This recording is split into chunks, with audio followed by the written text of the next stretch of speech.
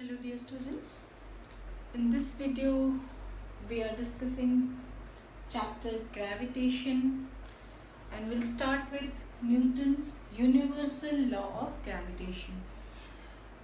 Children, have you ever wondered why the raindrops they fall towards the earth? Even if I drop this pen, it will fall towards the earth.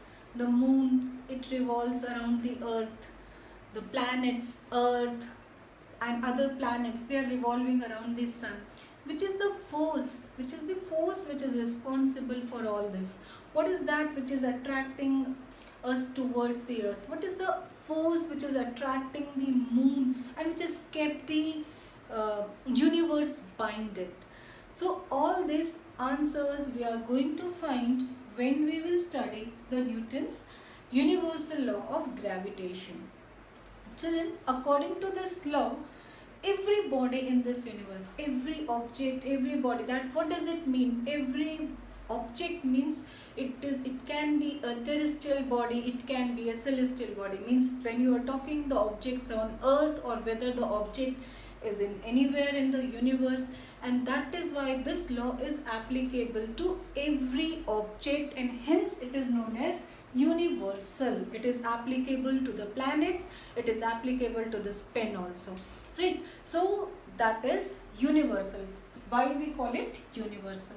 Next thing, this force, according to Newton, every body, every object, means if we consider two objects of masses m1 and m2, then and if the distance between them is d, that in that case there will be a force of attraction between them. See, these two objects can be anything. That can be your mobile and your copy, your pen, your pencil, whatever the wall there which is there on your wall, means anything, whatever is there in the room, any two object if we talk about, this law is applicable. This law of gravitation we can this law of gravitation is there. How it is? Let us see. What is exactly this law? Let us see first.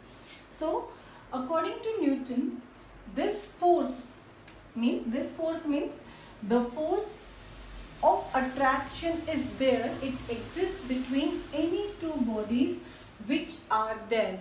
Like if there are two objects of mass m1 and m2, right? And if they are separated by a distance d, then according to this law, there is a force of attraction between these two bodies, and that force of attraction is directly proportional to the product of masses.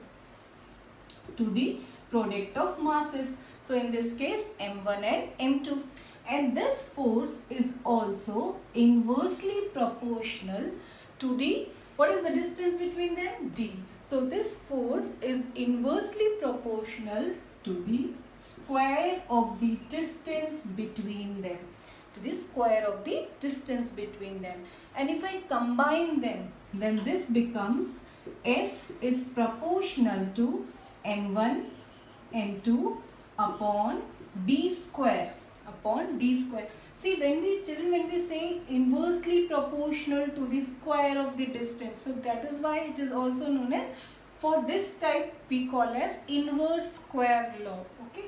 So when we combine this, it gets F is proportional to m1, m2 and upon d square. You know that when we remove the proportionality sign, we put some equal to and some constant. So this constant is G, and this equation will become m1 m2 upon d square. This is the, you can say, the force is equal to G m1 m2 upon d square. What is this F? F is the force of attraction between the two bodies or object. G is the universal gravitational constant. m1 and m2 are the masses of the bodies, two given bodies, and d is the distance between them. And this is your universal law of gravitation written in mathematical form. That is, every object in the universe attracts every other object with a force which is directly proportional to the product of masses and inversely proportional to the square of the distance between them.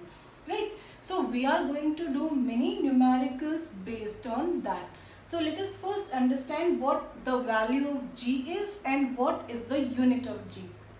So value of G. So first I'll just find out what is the unit of G. So unit of G, how can we find out? See, you know that F is equal to G m1 m2 upon B square. Now I want to know the value of G. So rest it will be F B square upon m1 into m2. What is the unit of F? All of you know force is measured in newtons, distance is measured in meters, and mass is measured in kg, because m1 m2, so this will be kg square. So unit of G, and this is capital G, right? We'll see the difference between small g and capital G. So this is your universal gravitational constant, and its SI unit can be written like this. Now what is the value of it? So value of G is given as 6.63 into 10 to the power of minus 11, and unit already we have written. So this will be Newton meter square kg minus 2, or you can write per kg square, right? So now we know that every object is attracting every other object with a force. Now, do we see the objects moving towards each other? Do you see your pen, pencil moving towards each other?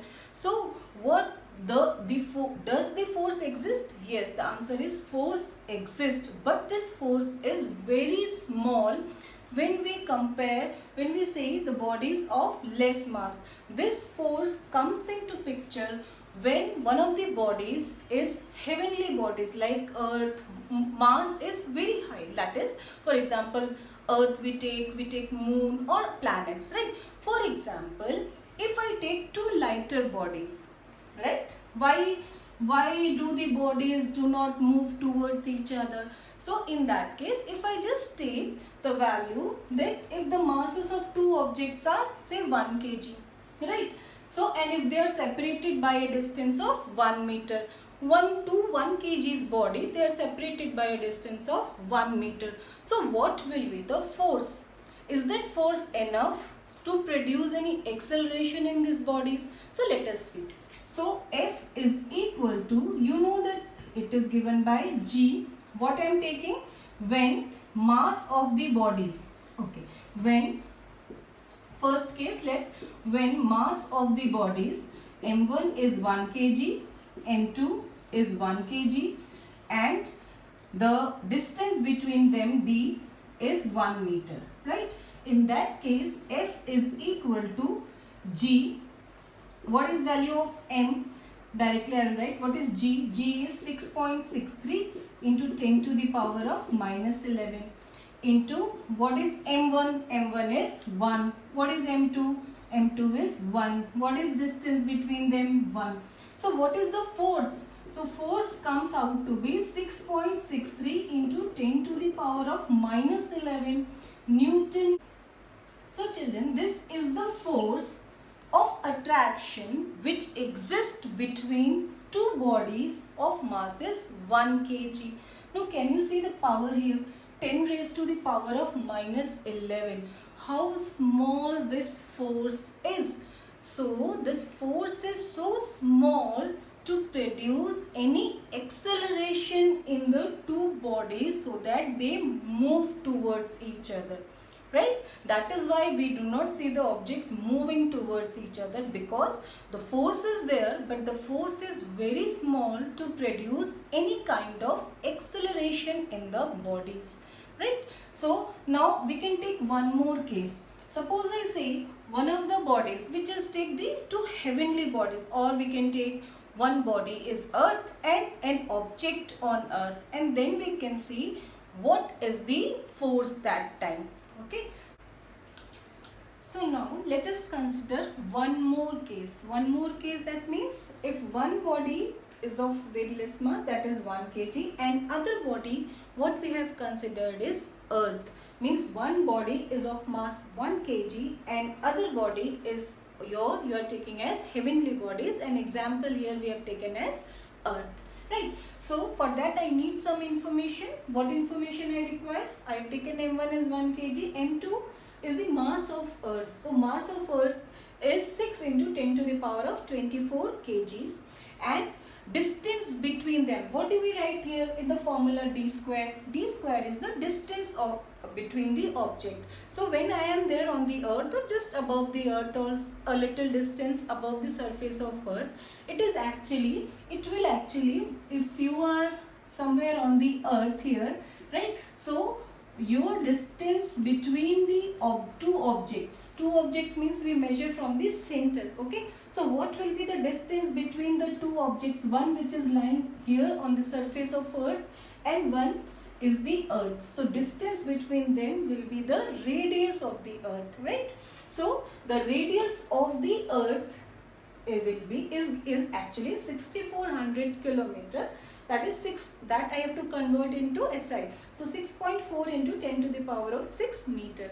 Now let us calculate what is the force of attraction between earth and an object of mass 1 kg. Right. So that we know the formula, F is given by G m1 m2 upon d square. We'll just substitute the values. So that is 6.63 into 10 to the power of minus 11 into mass of first body we have taken as 1 kg. Mass of second body is 6, that is mass of earth. So 6 into 10 to the power of 24 whole divided by d square. So d square is 6.4 into 10 to the power of 6 whole square. So children, when you will calculate it, if we are going to calculate it, I will get the answer as approximately 9.8 Newton.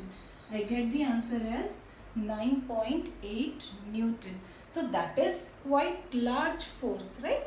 So with that force, this is the force with which the earth attracts a body of mass 1 kg towards its center. Means if I drop the pen or a body which is of mass 1 kg, the force exerted by earth on that body is 9.8 Newton. So you can ask one question, that earth is attracting earth and the body of mass 1 kg, both are attracting with the same force. Then why does the body or the object fall towards earth? Why doesn't the earth comes up? So reason is very simple. You know that force is equal to mass into acceleration, correct? So acceleration is given by force upon mass, right? Now if the mass is less, right, mass is less and force is 9.8 Newton, 9.8 Newton is the force. I am talking about the body of mass 1 kg. Both of them are experiencing the same force, right? Both earth and object is experiencing the same force, but only the object is moving, not the earth. The reason is here that acceleration is given by force upon mass. Now if I say what is the acceleration produced in the body of mass 1 kg, in that case you will write acceleration is equal to, in that case you will write, see here, F is given by m into a, or acceleration is given by F upon m. Now when I am talking about mass of 1 kg, in that case for 1 kg mass, acceleration will be force. Force is what? 9.8 and mass is 1. So acceleration will be 9.8 meter per second square. Means that force which is between the two bodies is producing an acceleration of 9.8 meter per second square in the body of mass 1 kg. But the same force when I am talking about earth, in that case again the formula is acceleration is equal to F upon m. Now in this case I am talking about earth.